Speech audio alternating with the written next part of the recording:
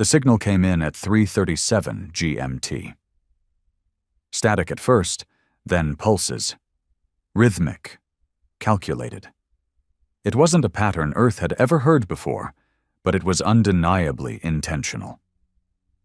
Scientists in Geneva lost their minds trying to decode it, while global leaders scrambled behind closed doors, hiding panic behind polished words. On the outskirts of Chicago, in a crumbling apartment with peeling wallpaper and no hot water, David Ross stared at the screen like a man watching his own execution. The news was everywhere. An alien signal intercepted from the Kuiper Belt, strong and clear, amplified by satellites that hadn't buzzed since the Cold War. David wasn't a scientist, nor a soldier, just a factory foreman with a temper and a loaded past. But something about that transmission made his knuckles crack involuntarily. Not fear, not awe, rage, deep and guttural, like a long-forgotten instinct kicking back to life. He wasn't alone. From oil rigs in the Arctic to bunkers in Siberia, from prison cells to police offices, men everywhere felt the same thing.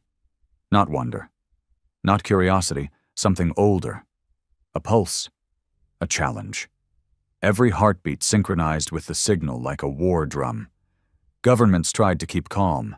Presidents made speeches, urging people not to jump to conclusions, that it might be benign, exploratory, scientific.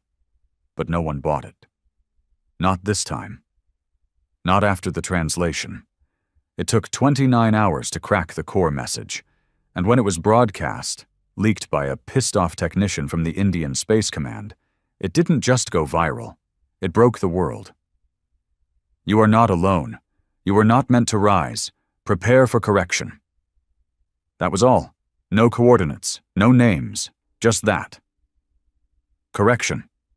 That word burned through the airwaves. It wasn't just threatening, it was arrogant, cold, dismissive. David smashed his television. Across the globe, fists clenched, jaws tightened. Some wept, others prayed, but most wanted blood. The signal awoke something brutal in humanity, something buried beneath centuries of civilization. A reminder that Earth had climbed from the mud by fighting everything that tried to crush it. The cold, the dark, the beasts, each other. And now, some alien voice dared to say it was a mistake? Number hell no. David left his apartment with nothing but a coat, a cigarette, and the keys to a truck he hadn't driven in 5 years. The world was changing fast, and he felt it in his bones.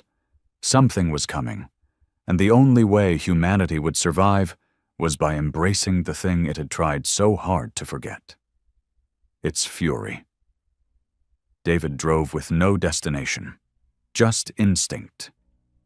The roads were half empty but not quiet. Military trucks rumbled by, their lights off, their cabins full of young men with shaved heads and tight jaws. The signal hadn't just changed the news cycle, it had tilted the planet off its emotional axis. Gas stations had lines that stretched for miles. Guns were selling out of pawn shops and superstores in hours. There wasn't panic. Not the kind that screams and runs. This was different. Controlled, grim, like people already knew what was coming, and they were preparing in silence. By the time David reached Missouri, he hadn't spoken to a single soul, but he'd passed 3 roadblocks, 5 state patrols, and at least 1 convoy that wasn't marked with any known flag. They didn't stop him. They were too focused on their own destination. At a rundown truck stop off Interstate 70, David finally took a break. The place was almost deserted, just an old couple huddled in the corner, whispering over coffee, and a kid behind the counter with haunted eyes. The television was on, but muted. The same footage played over and over. Grainy images of satellites realigning, telescopes pivoting, voices yelling over radio static. Then came the interviews. Men who had served in wars, women who had lost family in unexplained disappearances near deep space relays, a former NASA tech sobbing into a camera about how this wasn't the first signal, just the first one that made it past the sensors. David didn't need interviews. His gut told him everything. They'd been watching, waiting, maybe nudging. This wasn't a hello, it was a reminder, a leash being yanked. But something was wrong with that plan. Humans weren't dogs. He sat at the counter, ordered coffee that tasted like burnt wood, and tried to piece together what to do next. The signal hadn't given a time or a threat. Just prepare for correction. Correction of what? Evolution? Independence? Existence? The door chimed behind him. A tall, square-jawed man in a tattered marine jacket stepped in. His right hand was missing, replaced by a prosthetic that looked homemade. He didn't look around, just walked up beside David, sat down, and nodded once. "You headed to Salt Flat?" he asked. David shook his head. "Wasn't headed anywhere." "You are now?" David raised an eyebrow. "And you are?" "Name's Cole, 1st Battalion, Fort Bragg, or what's left of it." He extended his left hand. David shook it. It was hard, calloused, honest. Cole didn't smile. "We've been waiting for this." David frowned. "We?" Cole leaned in. "Men who weren't blind, who saw the writing on the stars a long time ago. You think this is about governments? Nah. They'll talk themselves in circles until the sky falls on their heads." He reached into his coat and pulled out a battered flash drive. "This is from a deep scan array in South Dakota. They didn't just send a message, they sent coordinates. Only a few caught it before the systems were scrubbed." David stared at it. "And you're telling me why?" Cole grinned, finally. It wasn't friendly. It was surgical. "Because you felt it too, didn't you?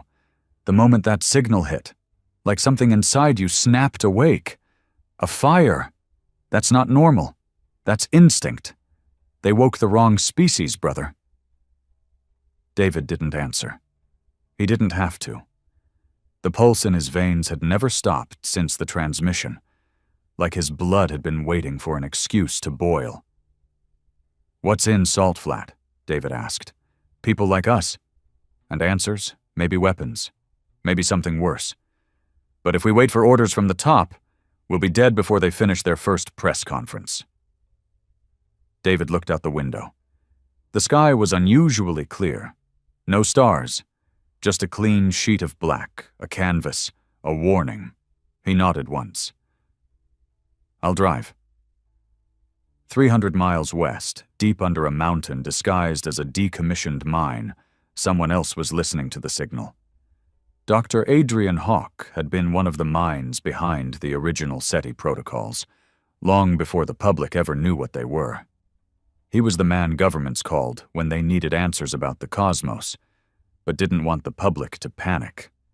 He hadn't slept in 3 days. The signal played on loop in the bunker, dissected into frequencies, wavelengths, subharmonics. Adrian wasn't listening for meaning anymore. He was listening for emotion. And he heard contempt. They weren't curious. They weren't cautious. They were confident. Like a landlord knocking on the door of a tenant who'd stayed too long. "They're not coming to negotiate," Adrian muttered. His assistant, a woman half his age and twice as sharp, looked up from her monitor. "What do you mean?" Adrian turned slowly. His eyes were red-rimmed, his voice low and bitter. "This isn't the first time they've sent that message, just the first time Earth was capable enough to hear it clearly."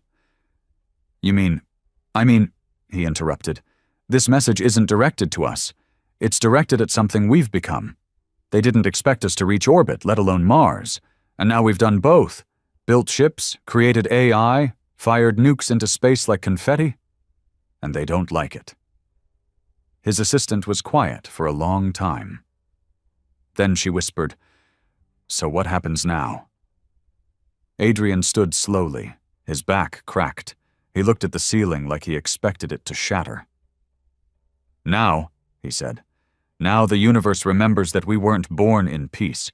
We crawled out of blood and bone and screamed our way into the stars. By the time David and Cole reached Salt Flat, the air was thick with smoke and tension. The facility wasn't a base. It was a compound, built like a fortress and humming with the kind of power that didn't come from generators. Dozens of others had arrived. Some were ex-military, others were scientists, engineers, even hackers. Every one of them carried something raw in their eyes. They'd all heard it, felt it, that awakening. A woman with a scar running down her cheek greeted them. Name? David Ross. She checked a list. You weren't invited. Cole stepped up. He's the reason I made it. He stays. She paused, then nodded. They entered a room filled with ancient tech, gear that hadn't seen light since Reagan was president, patched together with 3D-printed mods and alien-like interfaces. At the center was a device glowing with a deep blue hue, not human-made. What is that? David asked. The woman stepped forward. That's why we're here. It responded to the signal. You mean, it's alien? No, she said. Worse, it's ours. But it only turned on after the message came through, like a key, like they left it behind on purpose, knowing one day we'd be smart enough to use it, right before they came to destroy us. David stared at the machine. It pulsed, not just visually, but in his chest. What does it do? She looked at him with eyes that had seen too much. We think it remembers. The machine didn't hum. It throbbed, like a heartbeat that had no source, no organ, no body, yet somehow pulsed through the air with steady, haunting rhythm. David couldn't take his eyes off it. It was the size of a man, made of matte black plates and subtle veins of glowing cobalt. But it wasn't mechanical. It wasn't even alien in the way people imagined. No antennas, no blinking lights, no blinking at all. It simply was. And it waited. Cole stood beside David with arms crossed, squinting. You ever seen tech like that? David shook his head slowly. I've welded titanium frames. I've built engines. This thing, it feels like it's watching me. The woman who had led them in, no name, just the scar and authority, stepped forward. It's not watching. It's recognizing. The words hit harder than they should. Cole's brows furrowed. Recognizing what? She motioned them closer, and against every survival instinct he had, David moved toward it. When he was close enough to reach out, the machine changed. Not visually, but inside, like it woke up just for him. It's been here since the Cold War, she said, buried in a rock slide in New Mexico. NORAD found it during a missile site survey in '83. They kept it hidden for 40 years. No one could figure out what it was. No moving parts, no interfaces, just metal and light. Cole's voice was hard. And now? She looked at him like a soldier giving a eulogy. Now it responds. To him. David turned, startled. Me? She nodded once. It flared the moment you walked through the perimeter. The pulse in your body matches its frequency. Cole grunted. You're telling me he's some kind of chosen one? Not chosen, she corrected. Compatible. David stepped back. What does that even mean? It means you're not the only one, she replied, but you're the strongest signal we've seen so far. They called it the Relic. Not a name of awe, but one of fear.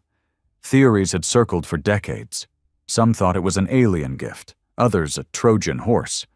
But now, in the face of a galactic threat, it was the only thing that responded. They led David into a briefing room. Cracked screens, maps with red string, and paper files. Paper, as if they didn't trust digital anymore. Everyone sat in grim silence while an old man in a wheelchair rolled to the front. He wore a lab coat stained with years, and his right eye had been replaced by a metal disc with a blinking dot. "I'm Dr. Lorne. Welcome to the last sane place on Earth." No one laughed. He pointed to a satellite image on the screen behind him, a shot of deep space. The signal wasn't just a message. It was a ping, a flare, something they used to scan us, to measure how far we've come since they last visited. Cole muttered, "You're saying we've had contact before?" Lorne nodded. "Not contact. Culling." The room went dead quiet. He tapped his bionic eye. 60 years ago we found remnants, cities under the Antarctic ice, burned, collapsed, but too advanced to be ours. We thought they were ruins of some forgotten civilization. We were wrong. They were leftovers from the last correction. David's hands curled into fists. Lorne continued. "Every time a species on this planet reached a certain level of development, the same thing happened. Meteor strikes, floods, extinctions. It was never natural. It was regulation." He turned to face them. "We were never supposed to get this far." David felt like he'd been punched in the gut. "So the aliens, what, they're cosmic landlords?" "There's something worse," Lorne said. "They're cleaners. They don't conquer. They reset, coldly, efficiently. But something happened this time. They didn't strike first. They sent a warning." David's voice was low, dangerous. "Why warn us at all?" Lorne looked at the floor. "Because we're close, maybe too close, and that terrifies them." The relic wasn't just a machine. It was a memory bank. Not in words or images, but in feelings, sensations, instincts. And it responded to certain people, like a dog recognizing its bloodline. David sat before it, drenched in sweat, palms on its surface, no buttons, no wires, just contact. And suddenly, he was somewhere else. A battlefield, not on Earth. Red skies, black sand. Giant beings like armored insects clashed with screaming human-like soldiers. Lasers carved the ground. Metal shattered bone. But the humans, they were winning. David gasped, jerking back. The relic's light dimmed. Lorne was watching. "You saw it," he whispered. "Didn't you?" David nodded slowly. "We fought them before." Lorne's eyes glittered. "Yes, not our civilization, but our kind. Homo ferox, a branch of humanity that didn't survive, but it fought so hard they buried this machine in a mountain so their rage wouldn't die." Cole stepped forward. "And now it's passing the torch?" "Not a torch," Lorne said grimly. "A curse." The next day David began training. Not with guns, not with tactics, with his mind. The relic didn't require physical strength. It required emotional intensity. It drew power from memory, from trauma, from rage. Every man chosen for contact had to relive their worst moments to fuel it. David screamed as the machine pulled images from him. His brother dying in a senseless mugging. His daughter's miscarriage. The night his wife left without a word. He bled memory until he felt hollow. But the relic pulsed brighter. Others failed. One shot himself in the mess hall after a session. Another fell into a coma. But David, he endured. By the end of the week, the machine moved. It unfolded like a blooming flower, revealing a core of spinning, iridescent material that hummed with impossible power. Lorne wept when he saw it. "It's choosing him." Cole clenched his fists. "Then let's stop training and start preparing." They weren't alone. Satellites picked up movement near Jupiter. Ships, thousands of them. The fleet had begun its descent. They didn't hide. They didn't fear retaliation. They came like a thunderstorm, inevitable. But something had changed on Earth. The signal hadn't just awakened the relic. It had awakened us. Across the world, unexplainable tech began to activate. Devices once dismissed as junk began to hum. Forgotten ruins flared with energy. The relics of our past selves, The warriors, the builders, the defiant, started whispering back. China unearthed a mountain that wasn't a mountain at all. Russia's old vaults in Siberia began to thaw with radiation, not from nuclear waste, but from stored alien cores. The world's leaders couldn't contain it. The fury had spread. David stood before a hangar the size of a stadium. Inside was a war machine, born from the relic's memory. A ship shaped like a dagger, with no fuel, no wings, and no controls. It responds to intent, Lorne explained. It moves where you direct your anger. It fires where you aim your hate. David touched it. It hummed. And the world watched as, for the first time in history, a human ship born of rage, not science, lifted from the earth without a single engine firing. Cole stood at the base, rifle in hand, smiling. "They're gonna regret waking us up." The ship had no name, not officially, but those who saw it lift from the earth for the first time called it Wrathborn. It was sleek, obsidian black, and utterly silent. Not a flame touched the sky as it rose, just an eerie hum that trembled in the bones of every man who watched. It moved not by force, but by something deeper. A psychic will wrapped in the fury of mankind's pain. David sat alone in the cockpit, if it could even be called that. There were no controls, no buttons, no joysticks, just the relic embedded in a cradle of energy at the ship's core, glowing and pulsing in rhythm with his heartbeat. It connected directly to his mind, feeding off his memories, his emotions, his anger. Outside, command stations scrambled to track it. Their radars showed nothing. Their satellites failed to lock on. It moved beyond what they understood. Even Lorne, watching from the Salt Flat compound, looked more like a prophet than a scientist. "It's happening," he whispered to himself. Humanity's first true weapon. In orbit, the alien fleet approached steadily. Thousands of vessels in perfect formation, moving with the elegance of machines bred for one purpose, to erase what did not conform. No communications, no messages, just a slow descent, like a cosmic execution squad coming to fulfill its duty. And still, Earth did not plead. It prepared. Governments began to fracture under pressure. Some wanted to negotiate, others wanted to surrender. A few, desperate and deluded, tried to flee off-world in half-baked rockets meant for Mars colonization. But the men and women who mattered, those who felt the signal's fury like David, they stayed. Cole stood at a training yard carved into the desert floor, watching squads of fighters learn to sync their minds with ancient weapons. Rifles that didn't use bullets but thought. Shields that flared only when fear was mastered. Armor that hardened with each burst of conviction. "These aren't soldiers," one grizzled sergeant muttered. "They're zealots." Cole grinned. "Good. Zealots don't quit when the odds turn." Across the base, more relics activated. Not all responded to rage, some to loyalty, others to sacrifice. But they all demanded something primal, something Earth had tried to forget in its age of comfort. And the people remembered. In the sky above, Wrathborn broke the edge of Earth's atmosphere without resistance. David sat motionless, breathing slow and heavy. The machine fed off his memory. And so he gave it everything.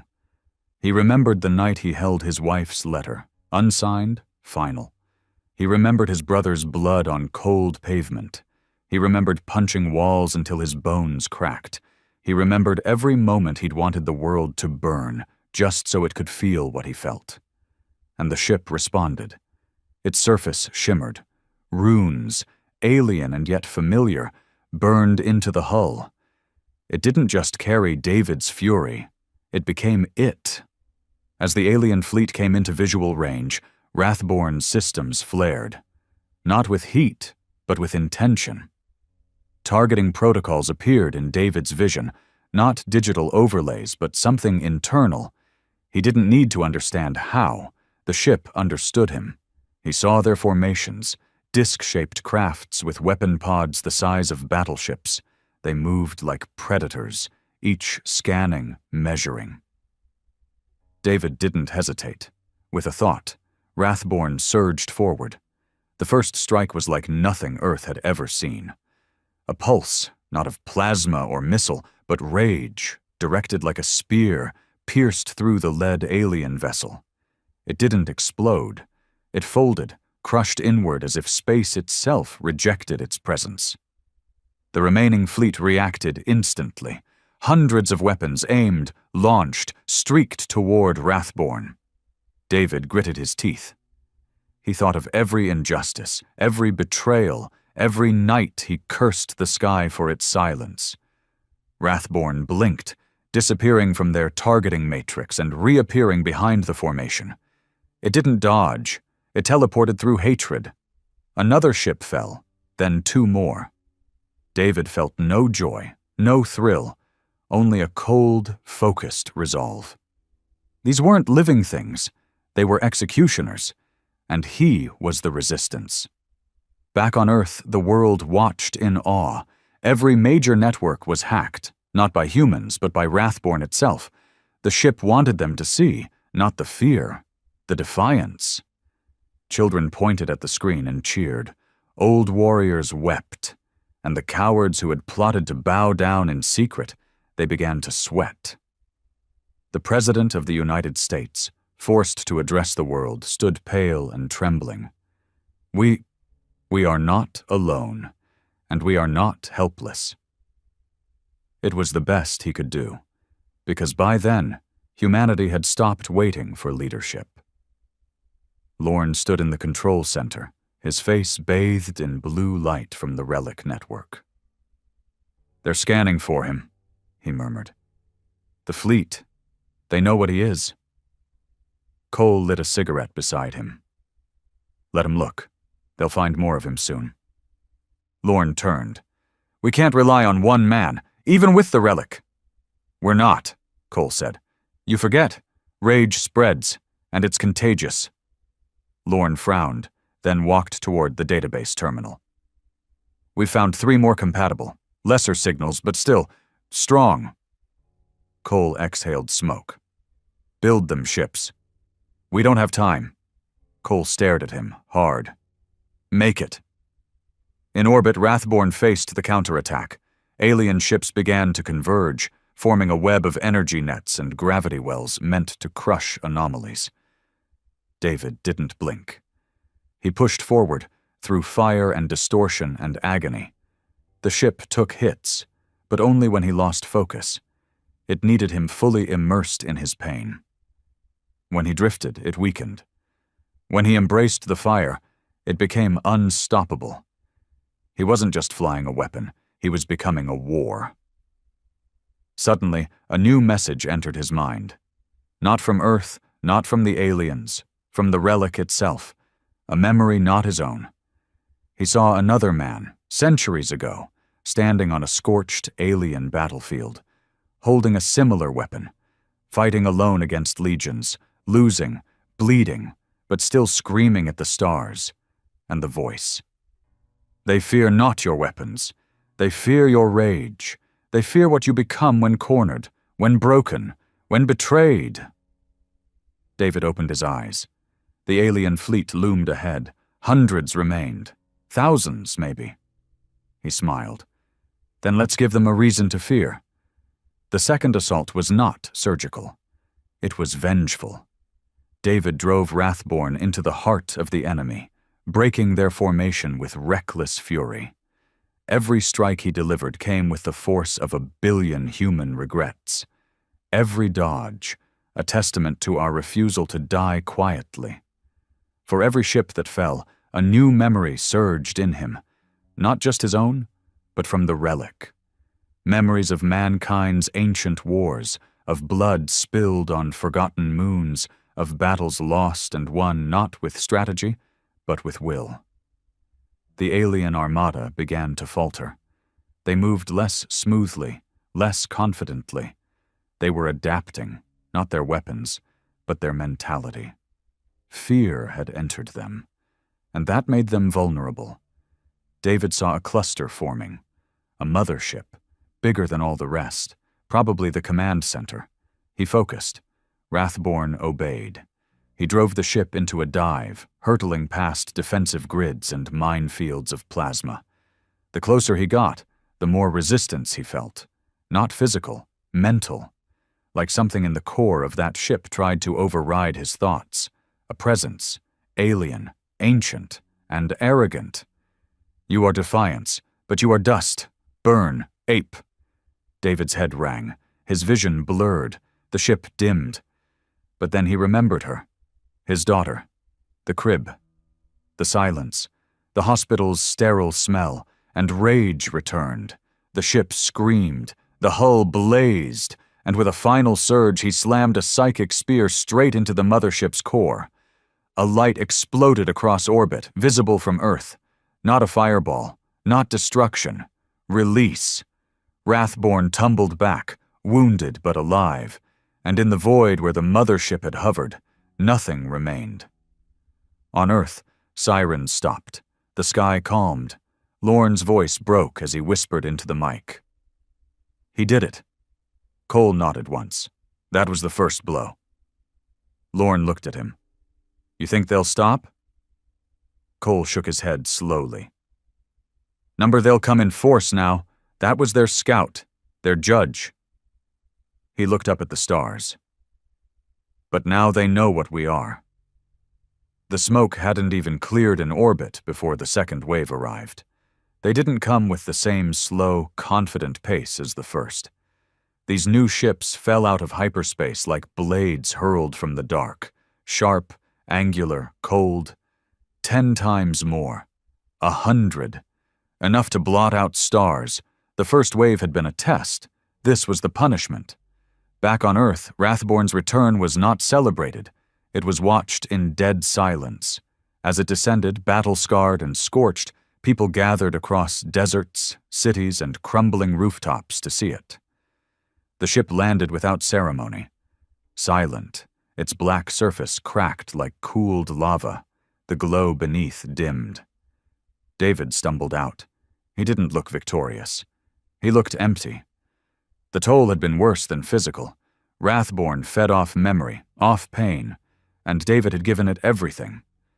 For a time, the line between who he was and what the ship made him become blurred. Now he was back. But not whole. Lorne was there to meet him. He looked smaller than before, older. Maybe it was the weight of knowing that victory had only made things worse. "You saved us," he said quietly. David sat down on the ramp, his hands shaking. "For what? Another round?" Lorne crouched beside him. "We hit them. Hard. Hard enough they're not sending more scouts. They're sending executioners." David looked at him with red-rimmed eyes. "Then we die next." "No," said a new voice. Cole stepped into view, a heavy coat slung over his shoulder, and a rifle that didn't belong to any Earth army in his grip. "No," he repeated. "We fight." Around the globe, Earth began to change. Not politically, not diplomatically, instinctively. The nations that had postured for decades dropped their charades. Armies dissolved into warbands. Commanders became clan leaders. Technology was shared, secrets spilled, and relic energy, that ancient, emotion-fueled tech, was distributed among the chosen. They called them the Bound. Men and women attuned to the signal, some through rage, others through loss, loyalty, love, or vengeance. Each powered a piece of weaponry tied to the old code hidden in Earth's ruins. There was a sword in Indonesia that glowed when near despair, a cannon in Congo that fired only when the user remembered betrayal, a shield in the ruins of Berlin that activated with guilt, and punished those who'd never felt it. And now, more than ever, those who carried pain became Earth's protectors. David was no longer alone. 3 new ships had been constructed. less perfect than Rathborn, but deadly in their own right, piloted by men who had tasted loss and clawed through madness. The first, Gravemind, was flown by a Russian ex-sniper named Anton, whose family had been erased in a drone error during peacekeeping ops. He hadn't spoken in years, but the ship didn't need speech. It thrived on silence filled with grief. The second, Howler, was helmed by a woman from Colombia named Vega, whose entire rebel unit had been buried alive by a collapsing mountain, a natural disaster linked to alien manipulation, she claimed. Her rage lit the sky in red. The third, Nemesis, was operated by twins, Jude and Callan, orphans of war who shared a pain so deeply synchronized that the ship split into two units that fought as one. Their bond was their weapon. Together, with Rathborn leading, they became the First Wing, the tip of Earth's vengeance. Then the sky cracked. The Second Fleet didn't communicate, it broadcasted presence. A single signal was beamed planet-wide, this time not just in frequency, but in visuals. Across every screen, every device, even directly into the minds of the bound, an image appeared. A planet, gray and dead, cities erased, oceans dried.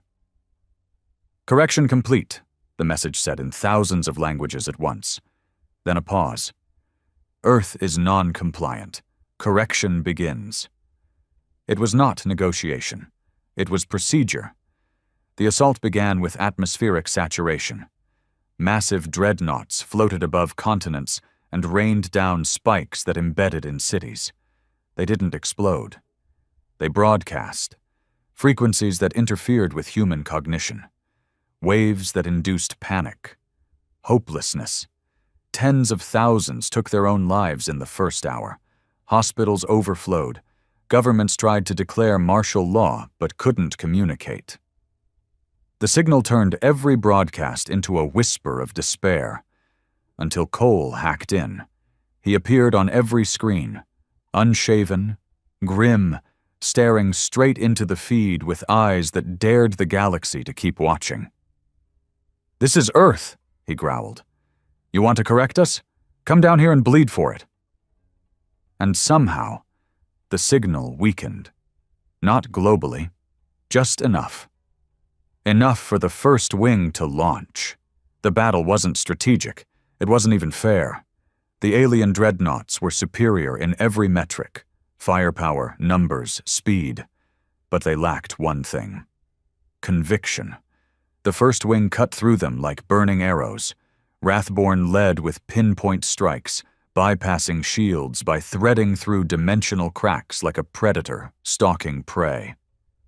Gravemind silently disintegrated weapon pods before they fired. Howler screamed past enemy lines, leaving trails of magnetic death. Nemesis operated like wolves, flanking, twisting, breaking ranks. Every time a bound struck, the alien command flinched, because their psychology, their planning, had no answer for emotion as weapon. But they fought back. In orbit, a command ship pulsed with psychic force. It projected an anti-signal that directly attacked Rathborn's core, aimed at David's mind. He felt it instantly, a cold presence, dragging old pain back up. His brother's screams, his daughter's stillborn breath, the moment he realized he was alone. He buckled. Rathborn flickered. Another blow, and he saw her, his wife, not as she was, but as he feared, smiling at someone else, forgetting him, replacing him. He screamed. The ship shuddered. Below, Earth's surface burned, then a voice cut through. Cole, through the comms, snarling like a devil. "David, you gave up everything. You survived. Don't let them rewrite what made you." And that was the key. The pain wasn't a weakness. It was his weapon. David roared and reconnected. Rathborn flared like a dying sun, then streaked upward, bypassed the command ship's shield, and released a burst of emotion so intense that alien vessels buckled under psychic pressure alone. It wasn't just fire. It was grief unleashed as force. The command ship imploded. Earth's signal flared again. This time, not a distress call, a war cry. Across the planet, humans began to rise from their stupor. The signal was weakening. The psychic net breaking. Cities fought back. People returned to their pain and wielded it like armor. Earth was burning, but it was still standing. And the aliens, for the first time in millennia, had to ask themselves, what if this species cannot be corrected? The air on Earth no longer smelled like soil and sky. It reeked of ozone, charred steel, and old blood. The sky, once blue, was painted in ash and crimson as burning husks of alien dreadnoughts collapsed into the atmosphere, leaving behind clouds that never quite cleared. But Earth was still here, uncorrected. At the Salt Flat compound, Lorne stood before a map that wasn't on any screen. It was etched into the concrete floor, hand-drawn with charcoal and blood, updated hourly. Red circles marked cities that had fallen. Blue ones marked those still standing. And green stars, rare and glowing, marked places where relic energy had been successfully activated. "We've reached critical mass," he said, more to himself than to the others. Cole stood nearby, strapping on an exoframe infused with relic conduits. The machine hissed and groaned as it adjusted to his body, like armor awakening from a long nap. "Critical mass for what?" he asked, eyes narrowing. Lorne looked up. "For offense." Cole raised an eyebrow. "We've spent weeks surviving," Lorne explained, "but the relic signals are strengthening. The Bound aren't just holding the line, they're learning. The ships are becoming extensions. The tech is fusing with biology." He stepped toward a separate chamber, cold, reinforced, humming with a frequency that made teeth ache. Inside was a sphere, pulsing in irregular, agitated rhythms. "They're afraid," Lorne said. Cole looked in. "That thing one of theirs?" "No," Lorne replied. "It's ours. But it's talking to them, and they don't like what it's saying." "What is it saying?"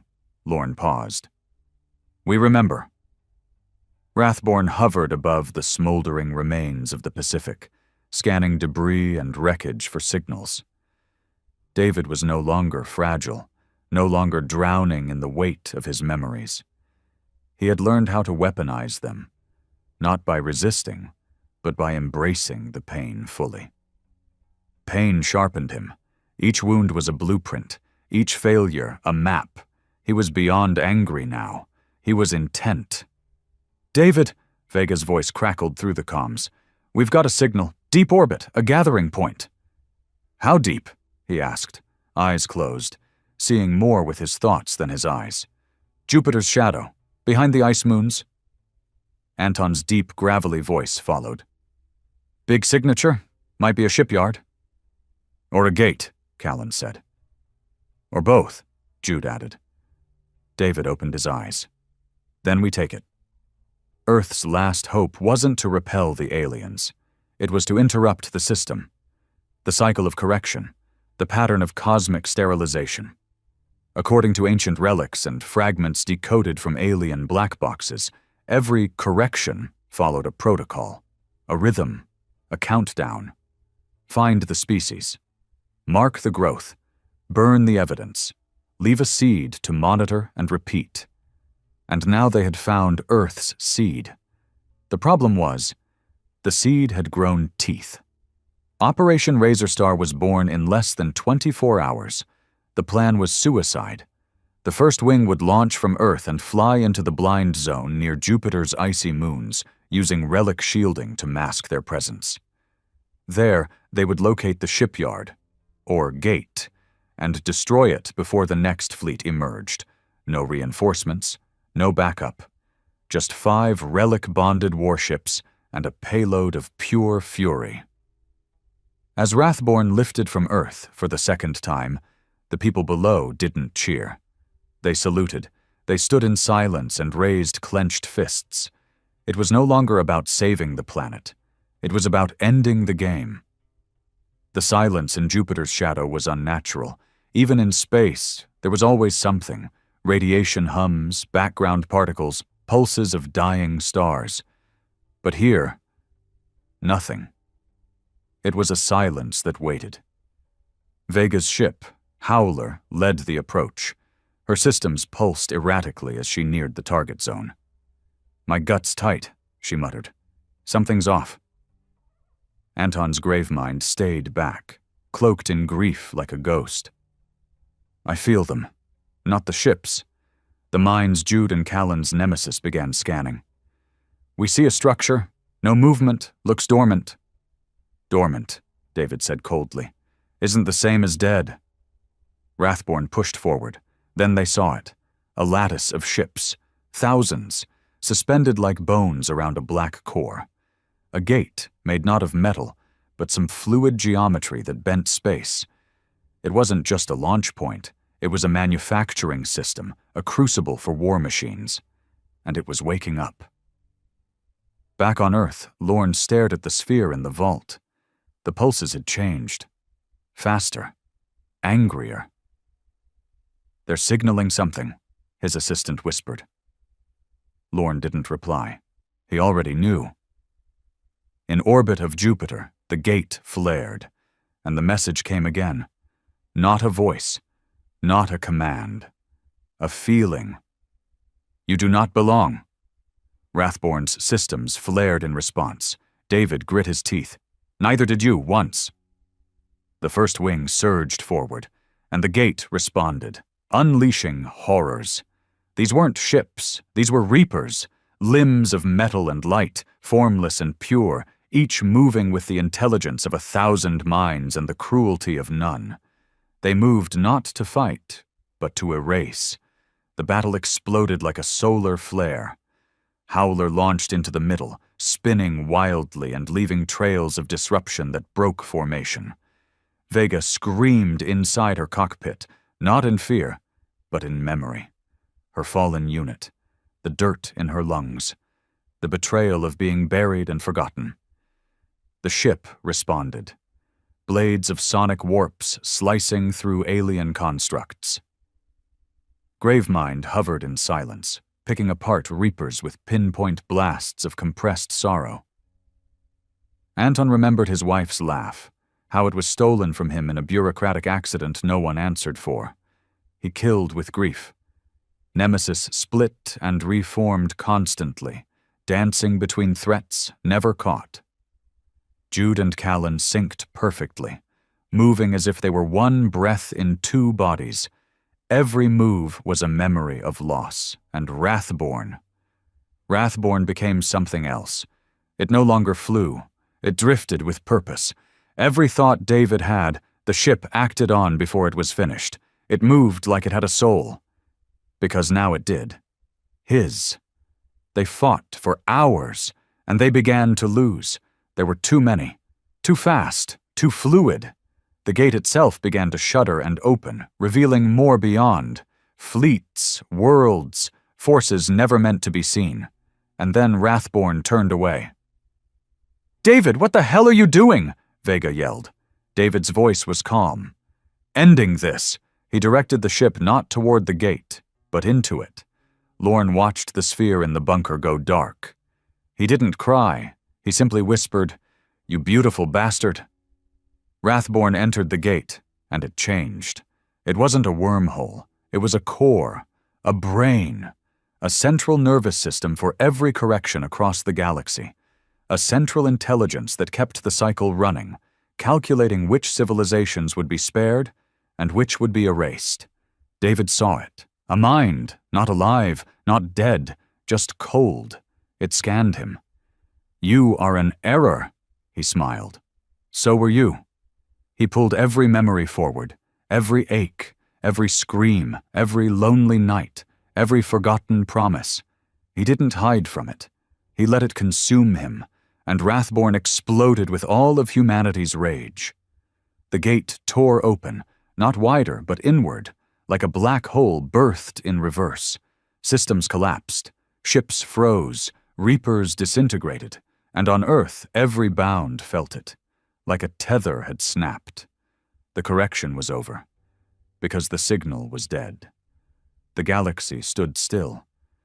The moment Wrathborn collapsed into the core of the gate and ignited the stored fury of an entire species, the great cosmic machine that had kept the cycle of correction running for eons, shattered. There was no light, no explosion, no sound, just a ripple that unwound laws. Gateways in distant corners of the stars blinked and went cold. Dreadnoughts, mid-flight across systems, froze mid-space like their orders had evaporated. Protocols within the ancient alien networks began to loop, fail, and collapse. The machine mind, the one that calculated planetary growth and decided when to erase, was gone. It hadn't died. It had been corrupted, not by code, not by infection, by grief, by fury, by the raw, wild emotions of a creature it had never designed for. Man. On Earth, the storm passed. Lorne stood over the relic sphere, which now lay dull and quiet. The pressure in the bunker lifted. Men who hadn't been able to sleep for weeks finally rested. Women stopped hearing screams and frequencies. The whispers were gone. He looked up at the ceiling like he could see through it.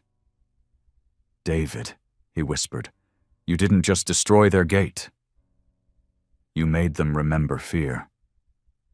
But peace wasn't a blanket that fell easily over Earth. The planet was cracked open. Whole cities were gone.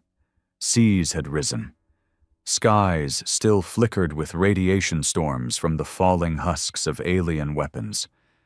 And now came the question no one wanted to ask aloud. What now?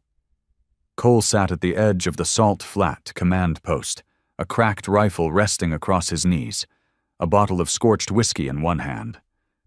Beside him sat Vega, dirt on her face, grease under her fingernails, arms wrapped around her knees like she was afraid to uncurl. "I heard Wrathborn's last broadcast," she said after a long silence. Cole nodded. "Me too." "You think he knew what it would do?" "I think he didn't care," Cole said. "He saw a chance. He took it." Vega's voice cracked. "He was the best of us." "No," Cole said, standing slowly. "He was the beginning of us." In the weeks that followed, something else began to stir. The relics didn't go dark. They changed. Their signals, once erratic and bound to emotion, began to hum in harmony. Less violent, less chaotic, cooperative. They weren't weapons anymore. They were blueprints.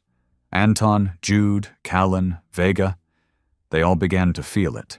Not rage, not pain, something else. A pull, a call forward. Like the relics were no longer using them, but inviting them. Earth's skies began to clear, and in the cleaned-up wreckage of a downed alien processor ship, a message emerged. Not a threat, not a warning, a data burst, one single stream of coordinates and one line of untranslated code. It was addressed to Earth. Lorne gathered the remaining bound in a hidden outpost in Iceland, where magnetic fields made relic energy easier to read. He stood at a cracked podium, looking over faces hollowed by war and hardened by loss. "We've broken the cycle," he said, "but something's out there, something that saw what we did and didn't recoil. It reached back." He tapped the console. A hologram appeared. A planet. Green. Blue. No signs of artificial structures. But one thing was clear. It was pulsing, like Wrathborn, like the relics. Whatever sent this, it's not correction, it's older, deeper, something they tried to bury. Cole crossed his arms. Why send a map now? Lorne looked at him. Because David woke up something that wasn't supposed to remember. Vega volunteered first. Her ship, Howler, was the most intact. "I want to know why he had to die for this," she said, "and I want to know who gave us the fire to begin with." Anton followed, silently. Then Jude and Callan, saying nothing but holding their relic cores close like sacred items. Cole turned to leave. Lorne stopped him. "You're not going?" Cole smirked. "I've done my part. Let the wounded carry the flame now." He didn't say it, but his eyes did. "I'm tired. Let the broken build." The new fleet wasn't a military force. It wasn't a revenge squad. It was something humanity hadn't sent into space in generations. Explorers. But this time they weren't reaching out with open hands. They were reaching out with eyes wide open, teeth bared, hearts armored. Howler lifted from Earth with no ceremony. Just quiet hope.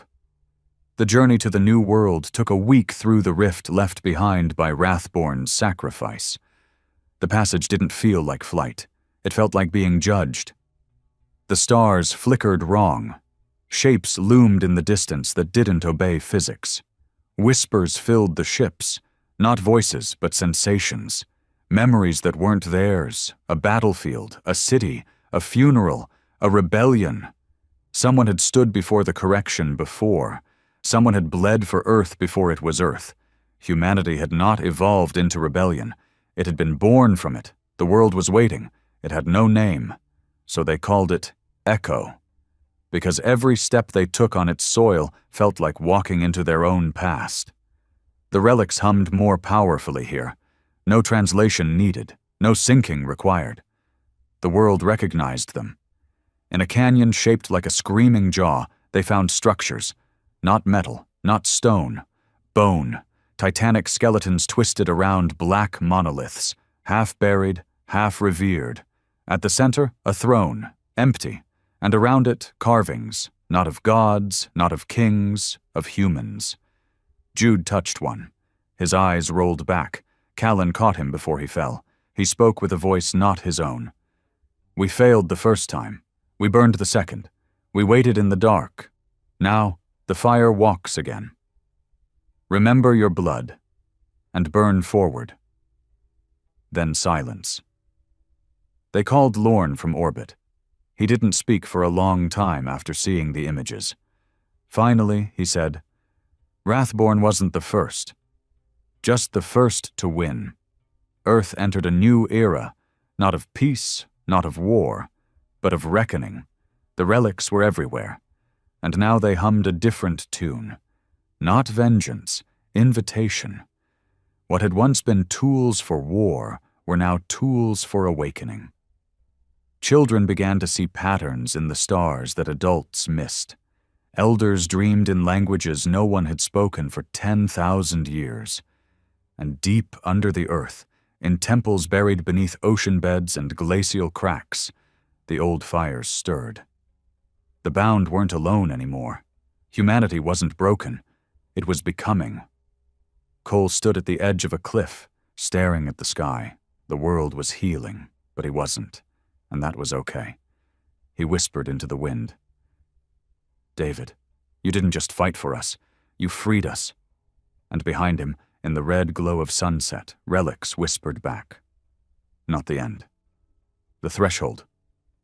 The stars above Earth no longer felt distant, not because humanity had mastered them, but because something old now stirred within their light. The galaxy had not just taken notice of Earth's resistance, it had been shaken by it. Where once Earth was just another forgotten dot in a cold expanse, it now pulled attention. Not from conquerors, from witnesses. On Echo, the bound moved deeper into the planet's buried heart. Every footstep sent ripples through relic soil. Every breath synced with a rhythm older than language. It wasn't science that guided them now. It was inheritance. Vega led the expedition into the Valley of Mouths, named for the endless stone faces carved into the cliffs, each one twisted in fury, pain, or defiance. Some bore human features, others, something adjacent, close enough to be kin, far enough to haunt. Anton walked silently behind her, relic rifle cradled in his arms. He hadn't spoken since they landed. But no one asked why. His presence was speech enough, a monument to survival. Jude and Callan flanked the rear, their connection as eerie as ever. Sometimes one would finish a thought the other hadn't said. Sometimes they moved before danger even came. Echo amplified their bond. This wasn't exploration anymore. It was resonance. At the planet's core, they found it, a chamber the size of a stadium, perfectly circular, with a single pillar in the middle. No markings, no light, just stone and stillness. Vega stepped forward. "Howler," she whispered. "You feel this?" The ship, now integrated into her relic suit, vibrated softly. The pillar responded to her voice, not with motion but with awareness. Anton fell to one knee without warning. Jude staggered. Callan screamed. Vega clutched her chest. Memories poured in, not theirs. Wars fought before the earth cooled. Voices speaking across oceans of stars. The creation of the correction. They saw it all. Not a race, a rebellion. Earth's ancestors, whoever they were, had risen in defiance once before. So powerful, so uncontrollable, the galaxy didn't destroy them all. It erased the knowledge of them. Echo wasn't just a relic. It was a tomb, a memorial to the first uprising, a warning. And now it recognized its children. Back on Earth, Lorne received the transmission in fragments. The images were distorted, but the message was clear. They erased us before, but we remember now. And memory is fire. He wept, not from grief, from clarity. In the years that followed, Earth changed. The relics became part of life, not tools, but guides. They didn't make life easier, they made it sharper. Children learned history not from books, but from memory vaults. Soldiers trained not in barracks, but in dreamscapes of the past. Emotion became currency. Pain became potential. The bound multiplied. Not because of war, but because of awakening. Each one chosen by what they felt most deeply. The angry, the broken, the loyal, the lost. The flawed became the flames. And then the stars answered. Not with dreadnoughts, not with death, but with emissaries. Beings wrapped in gold and silence, eyes like voids, limbs like whispers. They came not as rulers or judges, but as apologetic ghosts. They kneeled before the bound and spoke. We feared what you are. Now we see what we were. Vega stood on the surface of Echo, surrounded by ancient machines that now pulsed like hearts. She had become more than a pilot, more than a fighter. She was conduit and memory, rage and peace braided together. She addressed the emissaries. We won't be corrected. They nodded. She continued, but we won't be conquerors either. The emissary closest to her, formless yet radiant, replied, Then lead us forward, into the fire. A new alliance was born, not forged in treaties or political pages, but in scars and shared memory. The age of silence was over. The age of fury had passed. Now came the age of echoing flames. Humanity would not forget its pain. It would build with it. On the edge of the solar system, a ship drifted. Wrathborn, intact, quiet. It had not been destroyed, only changed.